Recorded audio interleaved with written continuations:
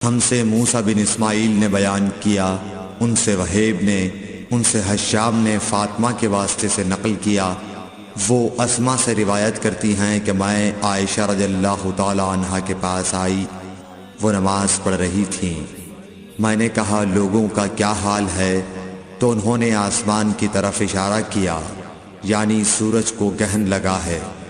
اتنے میں لوگ نماز کے لیے کھڑے ہو گئے۔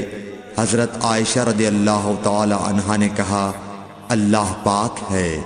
میں نے کہا کیا یہ گہن کوئی خاص نشانی ہے؟ انہوں نے سر سے اشارہ کیا، یعنی ہاں۔ پھر میں بھی نماز کے لیے کھڑی ہو گئی، حتیٰ کہ مجھے غش آنے لگا تو میں اپنے سر پر پانی ڈالنے لگی۔ پھر نماز کے بعد رسول اللہ صلی اللہ علیہ وسلم نے اللہ تعالیٰ کی تعریف کی اور اس کی صفت بیان فرمائی۔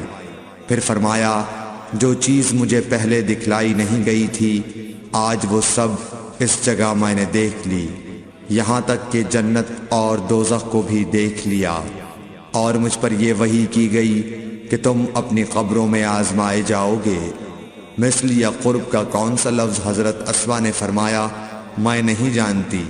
فاطمہ کہتی ہیں یعنی فتنہ دجال کی طرح آزمائے جاؤ گے۔ کہا جائے گا قبر کے اندر کہ تم اس آدمی کے بارے میں کیا جانتے ہو؟ تو جو صاحب ایمان یا صاحب یقین ہوگا۔ کون سا لفظ فرمایا؟ حضرت اسما نے مجھے یاد نہیں۔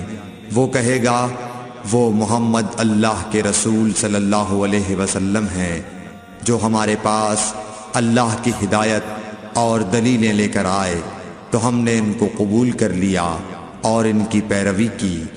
وہ محمد صلی اللہ علیہ وسلم ہیں۔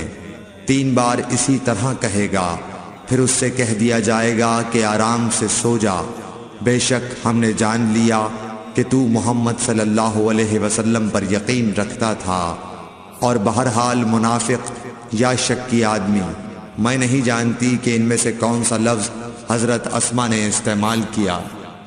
تو وہ منافق یا شکی آدمی کہے گا کہ جو لوگوں کو میں نے کہتے سنا میں نے بھی وہی کہہ دیا، باقی میں کچھ نہیں جانتا۔ صحیح بخاری حدیث نمبر 86۔